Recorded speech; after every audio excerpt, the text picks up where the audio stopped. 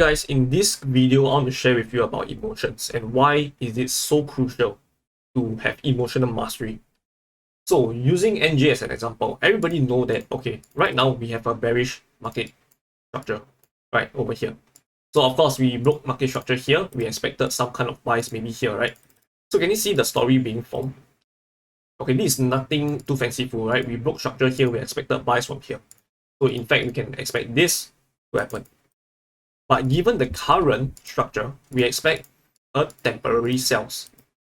So yes, we can have sell to buy model like this. We can sell here, buy here to go higher. Okay. So yes, some traders may be looking towards this as well. Okay, this is not magic or whatsoever. This is just technical analysis and reading market structure. So yes, sell to buy to go higher. But the difference between how am I executing this versus how traders are executing this is different. I can expect prices to mitigate, to go lower, but I do not expect it to win every single time, right? Whether or not this becomes a winner or not, it doesn't affect me. Prices comes back, shift in a lower time frame, I take sells. I am going to look for a target at this level. This is my expectations and my projection. But if it doesn't happen, I take the loss and move on.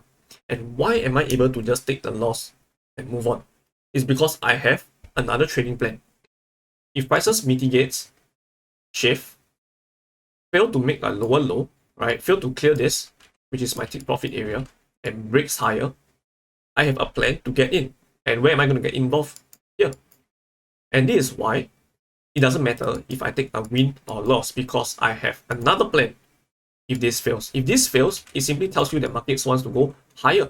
This becomes the sweep that break market structure, and this becomes the demand for me to get involved. Alright? So this is just one of the ways you can put yourself in a position to take losses every single time, right? Is to have a plan, is to know what to do. If prices does this, comes back, shift, I'm going to take sells. If it fails, it's going to break higher. And when it fails, this becomes a demand flip. And I'll just do the same thing over and over again. The number one thing that most traders are doing wrongly is they expect this trade to mitigate and break down and hit take profit number one. And they didn't think what happens if it fails. If it fails, they are just going to get emotional. And that is a huge problem for most traders these days.